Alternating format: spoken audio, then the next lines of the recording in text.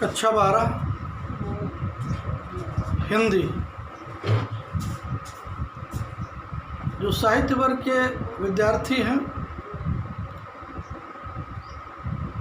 जो विज्ञान वर्ग के हैं, तो साहित्य वर्ग में पूरा, लेकिन विज्ञान वर्ग में ये पौन दूतिका अयोध्या सिंह उपाध्याय द्वारा रचित ये पौन दूतिका का 14वां ये पद हम पढ़ा रहे हैं कि राधा जो है पौन दूतिका को संदेश लेकर के भेज रही भगवान श्री कृष्ण के पास।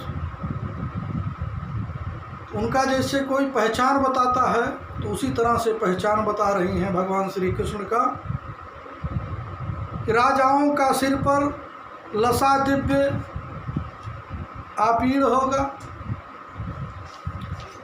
राजाओं की तरह उनके माथे पर मुकुट विराजमान होगा। इसके अलावा सोने के कुंडल, उनके कानों में विराजमान सोने के कुंडल उनकी शोभा को, उनके मुखमंडल की शोभा को और बढ़ा रहे होंगे। नाना रत्ना कलित भुज में मंजू के यूर होंगे, नाना प्रकार के, विभिन्न प्रकार के रत्नों से जड़ित, रत्न जड़ित जो भुजबंद हैं उनके हाथों में विराजमान होंगे, उनके भुजाओं में विराजमान होंगे और मोती माला लसित उनका कम्बुसा कंठ होगा। उनका जो सुडौल कंठ है, जो उनका सुंदर कंठ है, गला है, वो मोती की मालाओं से भरा हुआ होगा। ऐ हवा, तेरे में है ना यह गुण जो तू व्यथाएं सुनाए। यद्यप तू मूक है, तुम्हारे अंदर ये गुण नहीं है कि तू बोल करके किसी बात की अभिव्यक्ति कर दे, तो तू ऐसा कर, तुम्हारे अंदर ये गुण नहीं लेकिन संकेत से बताने के गुण हैं। तू क्या करना, तेरे में है न यह गुण जो तू व्यथाएं सुनाए, व्यापारों को प्रखर मतियों युक्तियों से चलाना। तो तुम क्या करना, हमारी पीड़ा को इजहार करने का या प्रकट करने का एक युक्ति निकालना, कोई न कोई युक्ति निकालना। यह युक्ति निकालने में जैसे कोई व्यवसायी होता है, अपने व्यवसाय करने में कोई न कोई युक्ति निकाल लेता है। कोई चालाक व्यवसायी है तो उसका माल नहीं बिक रहा है, युक्ति निकालता है। तो उसी तरह से लोग समझाते हैं। तो हवा को, पौन दूतिका को समझाते हुए राधिका जी कह रही हैं कि तू जो है कोई न कोई युक्ति जरूर निकाल लेना। बैठे जो हों निज सदन में मेघसी कांति वाले, बादल की तरह रंग वाले, बादल की तरह शोभायमान रंग वाले भगवान श्री कृष्ण अपने घर में बैठे हों तो चित्रों के भवन के ध्यान से देखाना। तो वहाँ जहाँ वो बैठे होंगे वहाँ अनेकों प्रकार के चित्र लगे होंगे, तुम सारे चित्रों को जो है देखना, ध्यान पूर्वक उन चित्रों को देखना।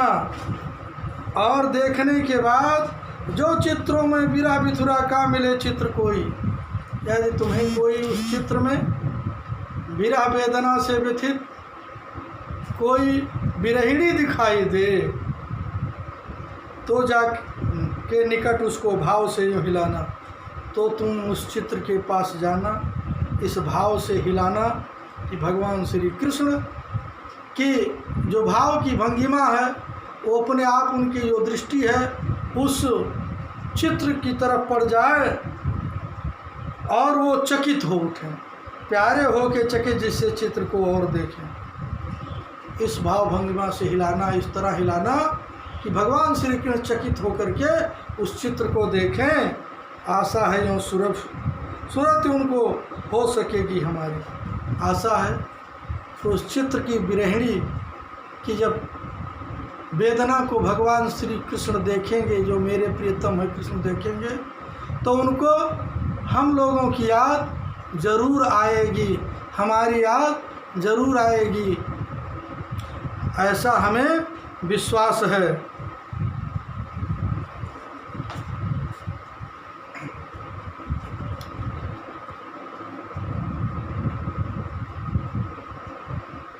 जो कोई भी सदन में चित्र उद्यान का हो, और क्या करना, उद्यान यानी बगीचे का, और ध्यान रखना यदि उसमें कोई बगीचे का चित्र हो, अहो प्राणी विपुल उसमें घूमते बावले से, उस बगीचे में अनेकों लोग पागलों की भांति इधर उधर भटक रहे हों, घूम रहे हों, इस तरह का यदि कोई बगीचे का चित्र दिखाई देता हो, तो जाके संग निकट उसको और हिला के उसे भी, और तुम जा कर के उसके निकट जाना और उस चित्र को जो है जा कर के तुम हिला देना,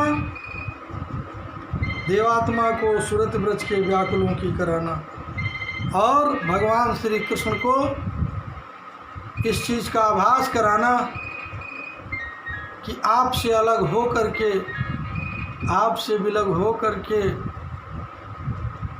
आपसे दूर हो करके, जिस तरह से इस बगीचे में लोग पागल हो करके घूम रहे हैं, ठीक गोपिकाएँ भी उसी तरह से व्याकुल हो करके इधर उधर घूम रहे हैं। उनकी स्थिति इन्हीं पागलों की तरह हो गई है।